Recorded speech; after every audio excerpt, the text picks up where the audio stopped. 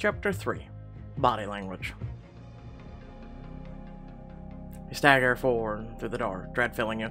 You're back at the stadium, the tunnel outside, box 32. Dad, are you out here?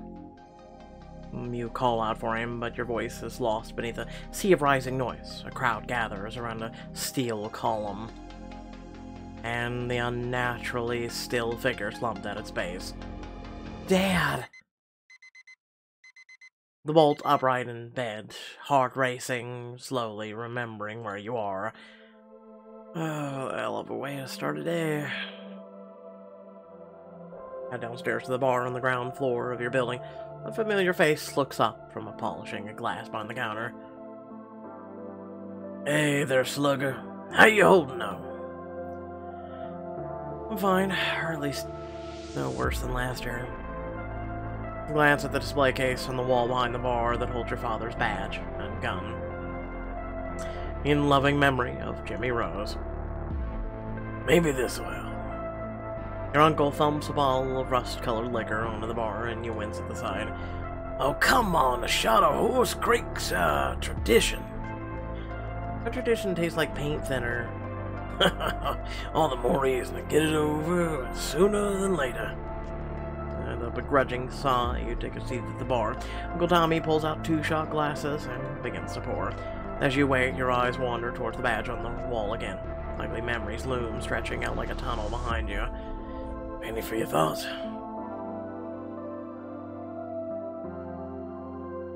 I can't believe it's been over 15 years. Don't I know it? I swear some nuts I still expect to see him reading case files at the pool table. Getting ashes on the feet, or on the felt. Jimmy and those damn menthols is to a pain in the ass I miss every day. Tap a glass against your uncle's and bring it to your lips, but before you can take a sip, a familiar alert chimes from your phone. Ruby Webster. Hey, can you meet me at the lab? ASAP. It's about the Dormer case. Another look. Duty calls, huh? I'm sorry. I don't think I'll be able to make it out to the graveyard with you today. Nothing to apologize for. You do important work, like your dad and me back in the day. Just then, before you can get up to go, your uncle's dishwasher pokes his head out inside. Chloe, there's some guy out front with the fanciest car I've ever seen, who says he's here to give you a ride. Giggity. You go to the window and squint through the blinds. You gotta be joking. Very inconspicuous. Tell him I'll be right out, Maddie. Now that's a power move. What do you mean? The fancy does, the car showing up where you live. Classic first day with a new partner posture. So you think he's what, trying to establish dominance? Come on, we're not roosters. Hey, I'm just saying, if I were you, I'd think about dressing up, unless you've been hiding a new Ferrari. Dress up to keep Tristan on his toes. Work it. We have literally become Chloe Decker. Holy shit. You freshen up, throw on your best outfit, and head for the door. If you can play this game, Tristan won't know what hit him. You step outside to find Tristan leaning against the side of his car. Uncle Tommy watches from the door with an amused grin. I should have known better than to walk you straight to my front door. Oh, come on, we're partners! It was simply a matter of time before you took me home. You cock an eyebrow at him skeptically. To put it in a way you'll understand, you presume too much. Oh, I presume just enough. Tristan's gaze shifts from the bar's facade to you, and he smiles as he takes in your outfit. In much more relevant news, you look surprisingly great. Don't sound so shocked. You're the one with the wardrobe. Or not the only one with a wardrobe, you know? Clearly not. You notice Tristan's been keeping his hands behind his back the entire time. Are you hiding something back there? He pulls out coffee and donuts and gives a little shrug. You brought me breakfast? Kind of donuts we talking? My favorite bakery was on the way. Can I tempt you? That's Sweet. You take the coffee and a maple bar. Never had one, don't know what it is. Still warm from the fryer. You don't wait to take a giant, gooey bite. Your manners are atrocious, though. Your fashish is atrocious. Hey, could I get one of those? Be my guest. In fact, take the box. I've already had 2. I like this guy. Of course you do. Let's go, Tristan. Ruby said she had a lead. Buildings pass by in a blur as Tristan's car cruises through traffic towards the Astoria mortuary. You really didn't have to pick me up, you know. I'm perfectly fine taking the subway. I know, but considering our somewhat adversarial first encounter, I thought I'd make a proper second impression. What kind of impression does showing up in a second fancy sports car make? Excellent question, you tell me. It says you have a big head. Flinging your wealth around doesn't make you look cool, it's tacky. Perhaps I find it advantageous to be perceived as an elitist. Oh, I see. So you're pretending to be a rich twit. Got it, ironically. Should I act like a tech CEO, wear nothing but t-shirts and jeans? Maybe drive an old clunker to show I'm hip to the grind? My wealth is known quantity. Trying to keep it a secret is just clear to someone else's bar. What's tacky seems both ridiculous and futile. Speaking of secrets, I'd rather talk about what Sanjo was so intent on hiding. A wind flickers across his face like a cut reopened. Are you gonna be okay today? I'll be fine. Let's just get this over with. You pull up behind Astoria mortuary, where Luke idly leans against a back wall, exhaling a cloud of smoke from his vape pen. Hey Luke, what are you doing here? Besides making the air smell like... Is it cotton candy? Fruit Loops. I'm here because when Chloe didn't answer her text, Ruby called the agency. Giving you a chance to see Ruby, which we both know you weren't gonna pass up. I don't know what you're talking about, but I find the insinuation extremely unprofessional. Whatever you say. Easier than repeating everything she says back to you later anyway. As you head in, Tristan leans over to you. What was that? Ruby helped us a few cases. Luke and her have this thing going. It's called a relationship, Tristan. You should try one. Inside the forensics labs, you and Ruby you find Ruby reading a tattered paperback, sipping tea from a neon pink cat-eared mug. She looks up at you as you approach. Morning, Chloe, Luke, and... Prince Tristan, what are you doing here? He's my client. I was thinking more partner. I know you were. That's specifically why I said client. Touché. Seriously, nobody tells me anything. That's because you live in a creepy body basement. Anyway, Ruby, why did you want to see us? Well, I gave my report on Sanjo to the cops on the case, Morris and Holback, but they seem more interested in sweeping the whole thing under the rug than getting her justice. Sounds like them, alright. I figured since you're working the case, I might as well offer my help, strictly off the record. Thank you, seriously. Tristan cocks his head at the book in Ruby's hands. Is that Dead by Dawn? Interesting choice for a medical examiner. I've always wondered, well, how's the science check out? Oh, it's absolute garbage. That's why I love...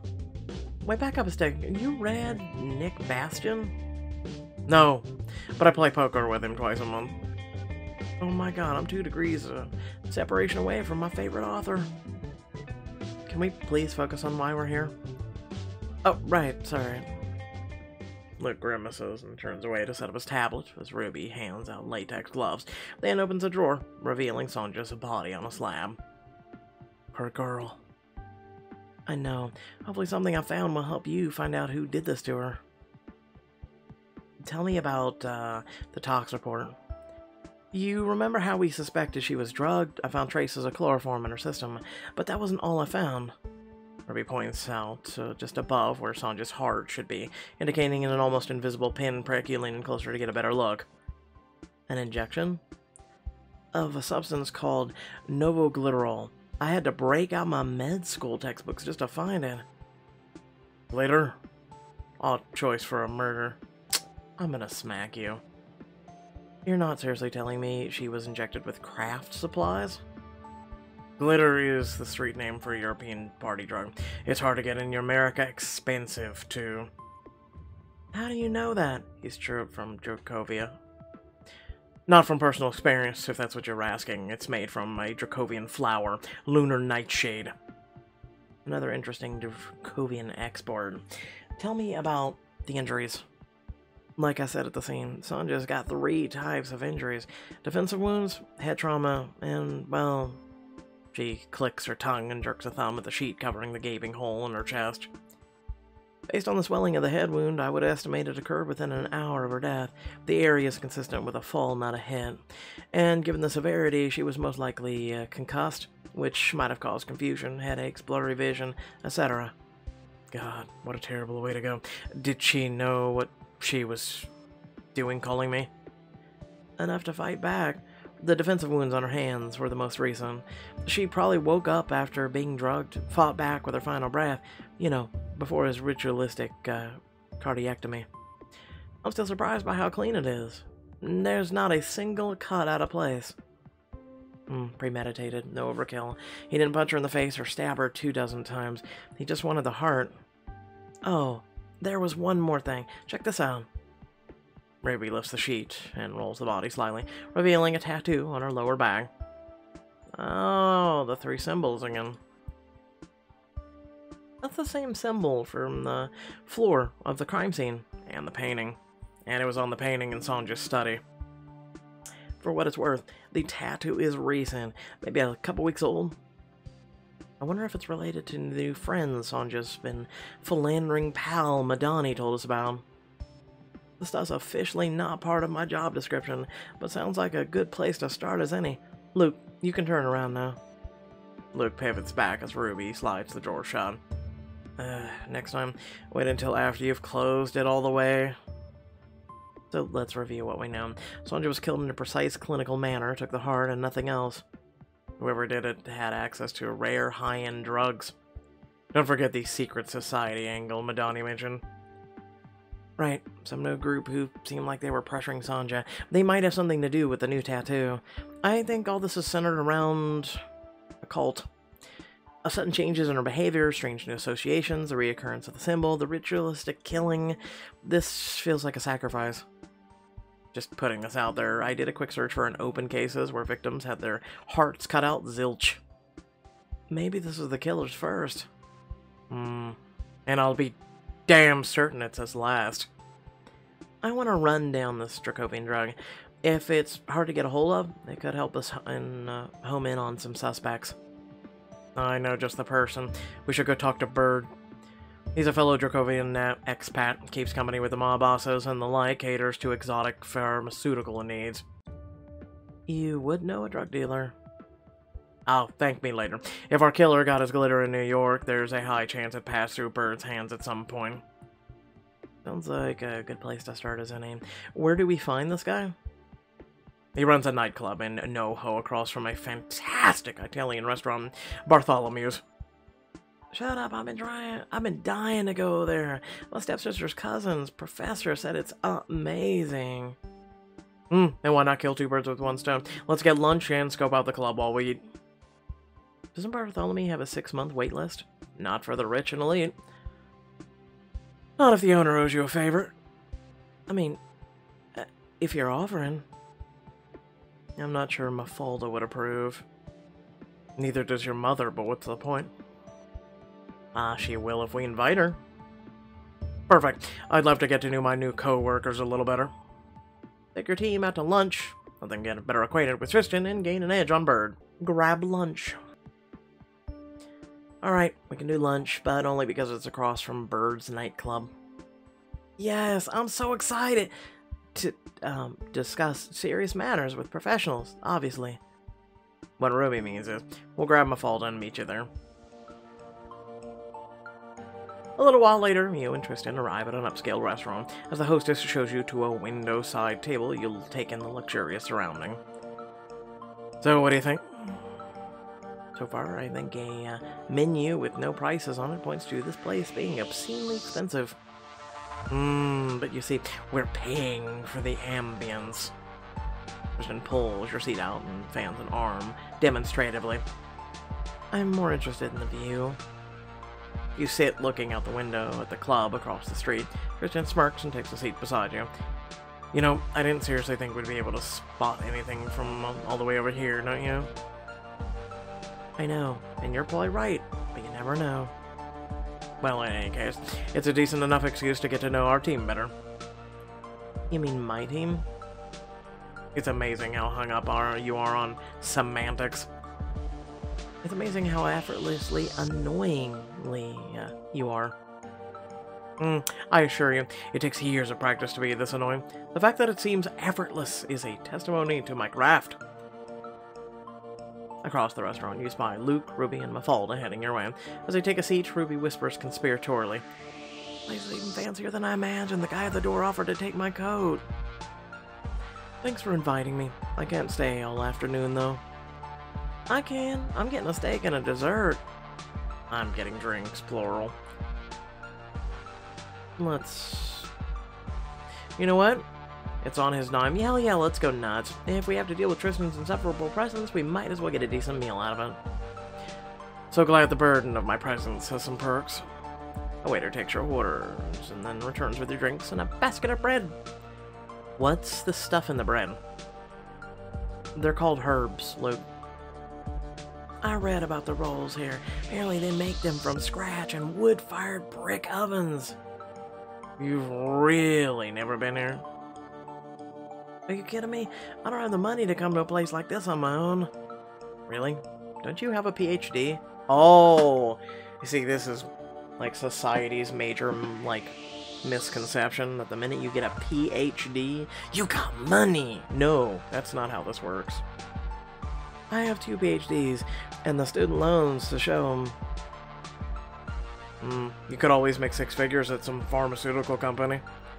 Yeah, I guess so, but Big Pharma is, well... See Ruby getting flustered, tripping over her words, and you lean in to intervene. Ruby is fighting the good fight with us instead. I can guarantee Ruby's doing a lot more good helping solve cases than she could be pushing Big Pharma's agenda. For sure. It also helps working with such great people. In the beginning, I'm beginning to understand that appeal. Kristen turns to Luke, who's already downed his first cocktail. And what about you, Silicon Valley? Not fun enough? Don't insult me, I'd rather rot in prison. Oh, Jesus. I'm sorry if I pressed a button. Luke was a black hat. Got busted by the FBI and everything. They got lucky, and they should be thanking me. I discovered a scam at a major data collections agency, millions being stolen from our country's most vulnerable. Yep, and the minute you turn it in, guess what? Because you broke a law to prove they were breaking the law, you are now held in prison, unless you work with the government. You also posted all the CEO's most embarrassing private tweet messages on Twitter. No regrets! He shouldn't. Part of Luke's sentence was that he was allowed to use computers in assistance of law enforcement. And due to the loophole in New York state law, private agencies qualify. So you're, a conscript? Fight for the Empire, be sent to the wasteland. Badass way to put it, yeah, that. Luke's probation is up in a year, at which point he's free to go on his own. Or, keep working for the agency. I'm surprised a man of your talents would decide to keep working for the man when he could be working for himself. You're failing to realize Luke has a conscience. Do not. Do too. What do you know? About you? My god, I could fill books. Sure, if you wanted a book of censor bars and information redacted. I was thinking more page-turning thrillers about a hacker who's a big softie, but he hides it behind a lot of acting like a jackass. Oh look! The food's here. Just letting the waiter arrives with your food. Your mouth waters as soon as he sets the dish in front of you. I don't think my mouth would ever water looking at that. Like, the art for this is just horrible. You couldn't have drew better. Oh, so this is how the upper crust lives. With shitty looking food. And here I thought the posh people, and I know for a fact, that they love their food looking good. And it tastes even better. Oh my god, these scallops literally melt in your mouth. I think I'm in heaven. How's a truffle lobster risotto, boss? Best risotto I've had for a while. Let me guess. Yours is still best. Mafalda cocks an eyebrow, surprised. I've spent enough time in kitchens to know a cook's hands when I see them. Oh, he is good. Annoyingly so. I dabble a bit, but my wife's the real cook. I'm a detective through and through. Oh, how exactly does one end up running a detective agency? One grows up with a private detective for a father. Spends her teen years helping him tail his suspects and track him down missing persons. Seems like being born in a lifestyle is a real theme at this table. You're literally a prince. True, but I hardly parade around in a crown giving orders. No, you just show up in luxurious sports cars, pull strings to get us into a hot new restaurant, for which we're all very grateful. Anyway, if you want stories about Mafalda, ask my uncle sometime. They used to work together. I can save you that. He'll tell you I'm a hard ass, and he's damn right. Really? Do the rest of you agree with that verdict?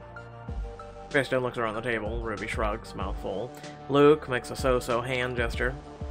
How about you, Chloe? What are your thoughts on your intrepid leader? Mafalda? Tough but fair.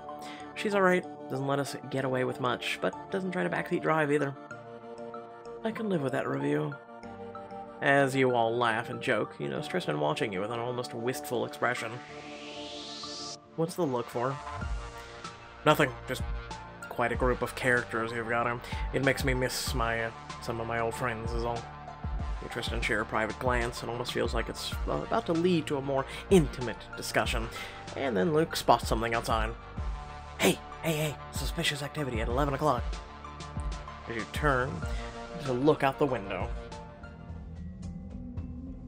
Outside, a slim figure in a suit exits the club and heads into an alley. Bird is the word. That's Bird, alright. What's he doing? Probably meeting whoever's in the car at 2 o'clock.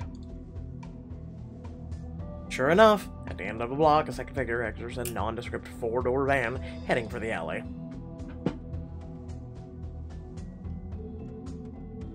Anybody know that man? Yeah, he looks vaguely familiar. Maybe mob-affiliated? Wait here. I'm gonna go take a closer look, see if I can snap a picture. Outside, you loiter at the mouth of the alley, popping the tip of your phone around the corner. Alright, let's see what you're up to. On the screen, you see Bird handing the man a crumpled paper bag. Oh, a handoff. Fun. Smile for the camera. Time for your close-up, Mr. DeVille. Bird heads back into the club. You stash your phone as the man heads back your way, stepping out at least a moment to shoulder bump him. He stumbles back, speaking in a thick Russian accent. Blech! Which where you are going? Sorry. The bag contents spill out on the ground as you pass. You pull the phone out again, open the selfie cam, and snap a picture over your shoulder. Smile for the camera, my Russian brother. You head back into the restaurant and rejoin your group. Well, did you see what was in the bag? He was blocking our sightline. See for yourselves. You slide your phone across the table, everyone leans in. Are those cell phones? Probably burners or clones. Why the hell are Russians buying electronics from a Dracovian small-timer? I don't know, but I bet that picture would make Bird nervous enough to talk to me about who's been asking about glitter. Couldn't agree more. On that note, shall we? You and Tristan get up and grab your stuff. Hang on, we'll come with you. And if we all ambush him, he might spook. Tristan and I can handle it. Please, finish your lunges. When the bill comes, just tell them to put it on my tab. In that case, 2 more Manhattans, please. Outside the club, Tristan pulls you to a stop. Before we head in, let's talk about how we can handle this. I was thinking I'd ask relevant questions until I arrive at the truth. Dracovians aren't generally fond of the truth. If you go about this wrong, Bird will clam up and cost us a lot of time. I'm assuming you have a suggestion? Yeah, about a little good detective bad print. You be a law-abiding do-gooder, I'll be the dangerous exile who could snap at any minute. Tristan notices your skeptical expression and sighs. We could also reverse the role, say friendly countryman and pushy American. All that really matters is we stay on the same page.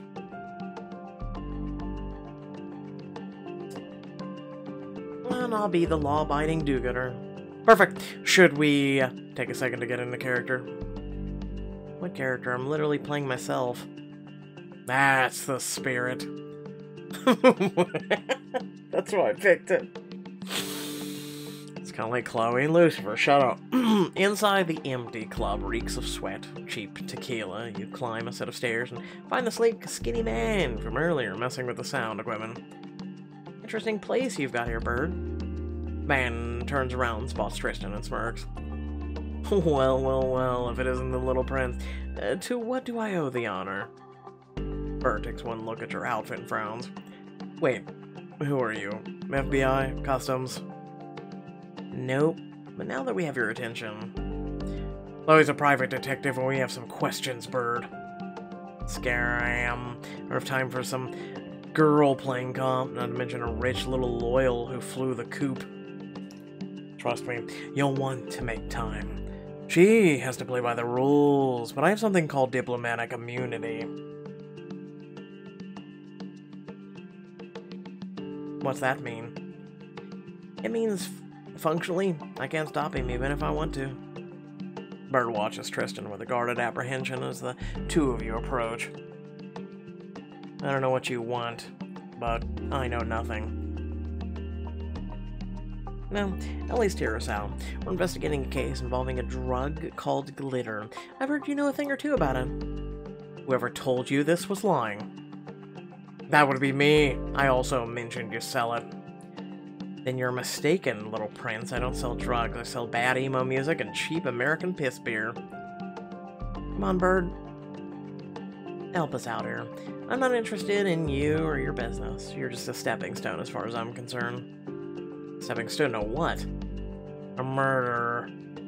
A murder? I don't know nothing about a murder.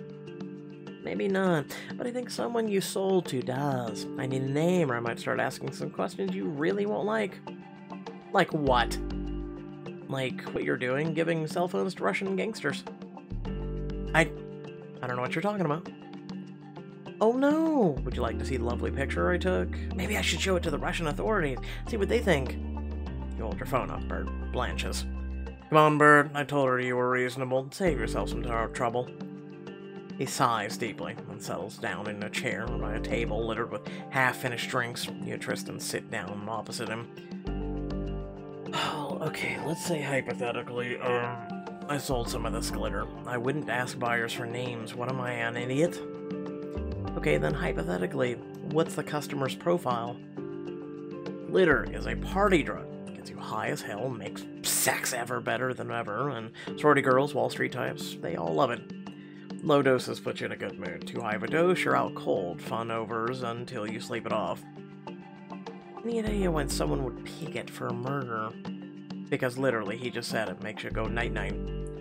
I don't know. I've heard some people use it as a true serum. I've never heard that. It's hard to do. It takes skill. Precise dose has to be injected above the heart.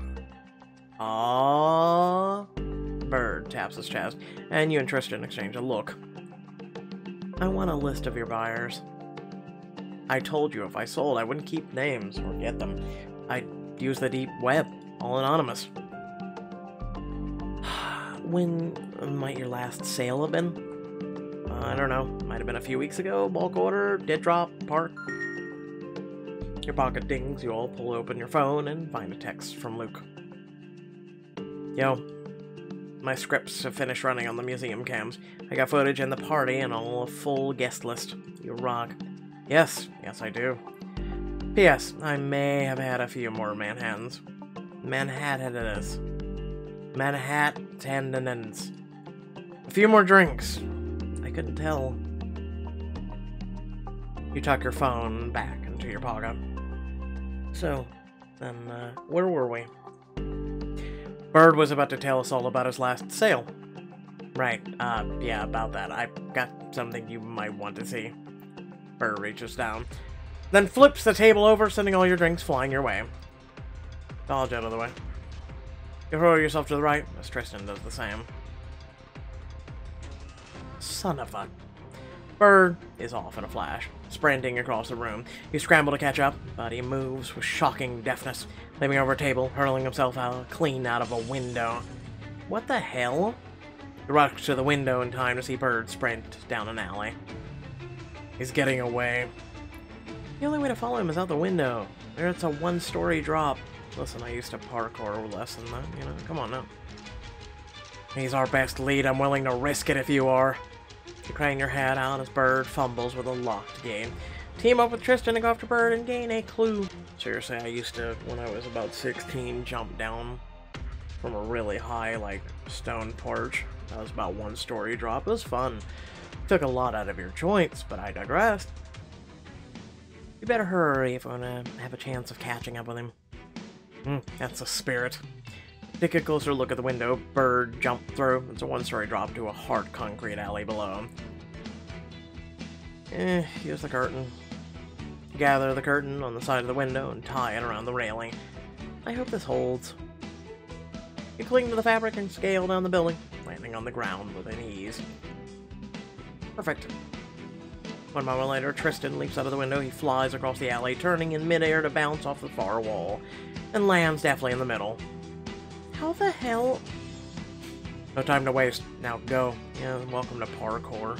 At the end of the alley, Bird finally cracks open the lock and rushes onward. Get back here. And Tristan take off after him at a sprint. Leave me alone! With a grunt, Bird knocks over a trash can, spilling wet, slippery garbage in your way. I'm gonna jump it. You leap forward, clearing the pile of trash. Gonna have to try harder than that. Damn it! In front of you, Bird sprints even harder, panting as he goes. You bastards! I'll quit! The alley splits off in front of you, and you recognize the street at the other end. We can cut him off, chase him right into each other. Flanking maneuver. I like your style. It's actually called a pinching. I'll cut him off. No, I'll chase him. I'll meet you on the other side. Tristan peels off, sprinting down the alley, while you stay hot on Bird's heels. Come on, come on, come on! Bird bursts out of the alley onto a busy New York street, just before a subway entrance. Grins your way. I did it! The bird flies free! The bird flies free! Before he can finish, Tristan flies in from the other side, tackling Bird by the waist and slamming him onto the ground. The crowd parts around you as you join Tristan, who's straddling Bird, pinning him to the ground with his body weight. You can call me the early worm because I got the bird. That doesn't even make sense. It sounded cool, though. You turn back to Bird, glowering fiercely. Now then, you ready to play nice? Tristan cracks his knuckles. I'd be happy to settle this old country style. It's been a while since I had a good scrap, but I assure you, I haven't lost my touch. Okay, I'll give you what you want. Just don't hit me. There goes my fun for the day. You move away to allow Bird up. With an anxious glance at Tristan, he stands, fishing around in his pocket and pulls something out. A rubber duck USB drive? Oh, no. Okay. There, okay. Those are my files. I thought you didn't have files. I made a mistake. The fire, the glitter, it wasn't a dead drop. We met in person at the club. You got a name? No, it was dark. I couldn't even pick him out of a lineup, I swear. So it was a him. Yeah. Does that help? It might. Oh man, I was having such a good day up until now.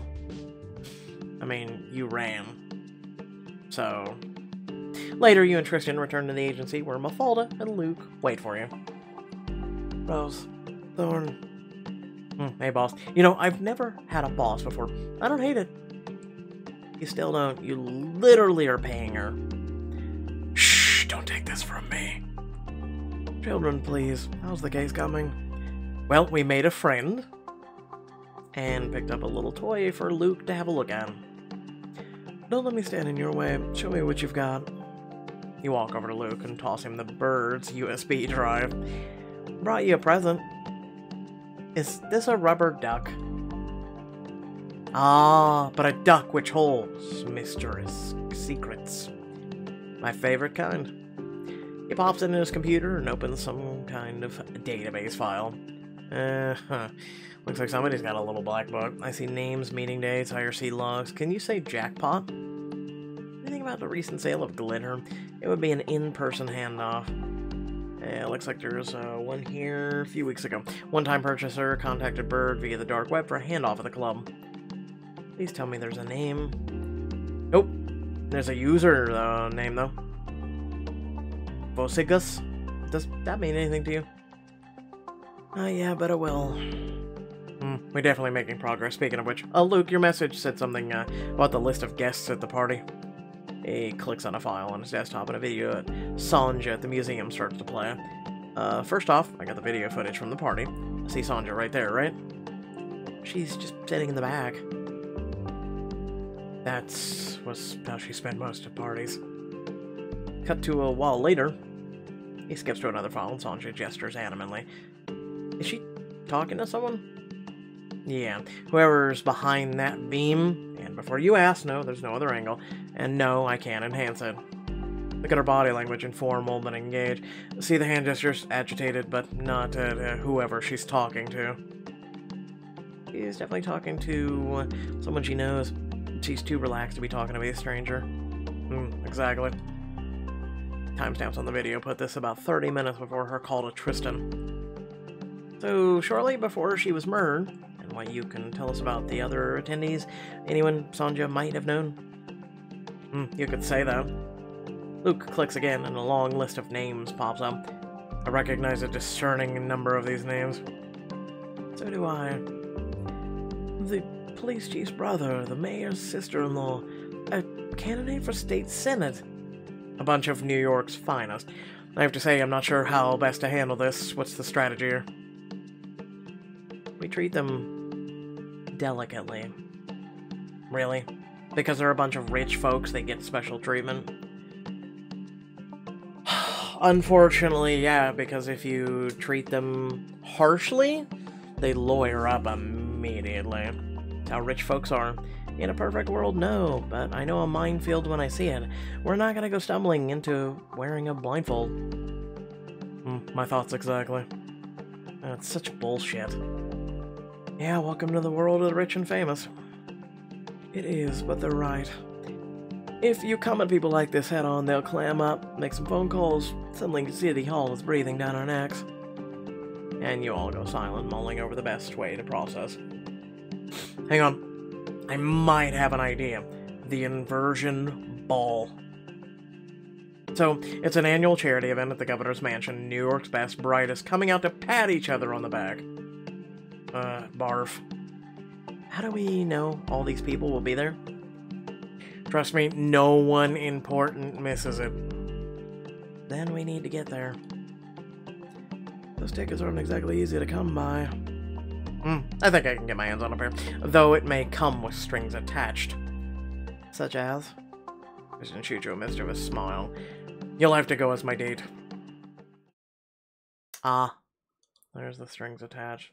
Without further ado, thank you all for watching. Please remember to like, share, and subscribe. Head down description below, links to social media, Discord, feed links to support me and my content. Without further ado, you know what to do.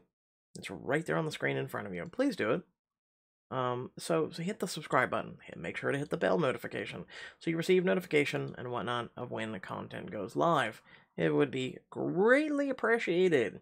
And in case you just, for whatever reason, hate The Waking Dead or don't listen to my end message at the end of the video, for people who are getting trickly puffed because I don't put out all the choices VIP content when you want it, which would be pretty much right this minute. Realize that other people have lives and they have jobs and all this other shit. You know, like doing this does not even pay the electric bill, okay? So this takes a back seat to everything else. And then also when I do cover content, right? Yeah, about that. I'm a variety content creator, right? Like even when Choices first came out, right? I covered more than Choices. I covered like 3 other games at the time, and I have always done that. I've always covered a bunch of games. If you don't like that, I don't know what to tell you, because I'm the only Choices creator on the planet right now that actually is caught up to date that reads all this shit. I mean, there's plenty of other channels out there that will just leave you tapping, and they tap faster than you can actually read. And, you know, hey, I just add something very unique. It takes a lot more time, takes a bit of editing, and takes a bit of work. But hey, if you think you can do better than all of us, and you want to keep griping about it, feel free to make your own channel. I would love to come and tune into your content, and then if you don't do things the way that I think you should, I can bitch at you. How about that? Once again, that's to the message of the people griping. To everyone else who is happy with the 3,600 videos I put on this channel and the content I continue to do, thank you for watching. Thank you for being a part of this community, and I'll catch you all later. Peace out.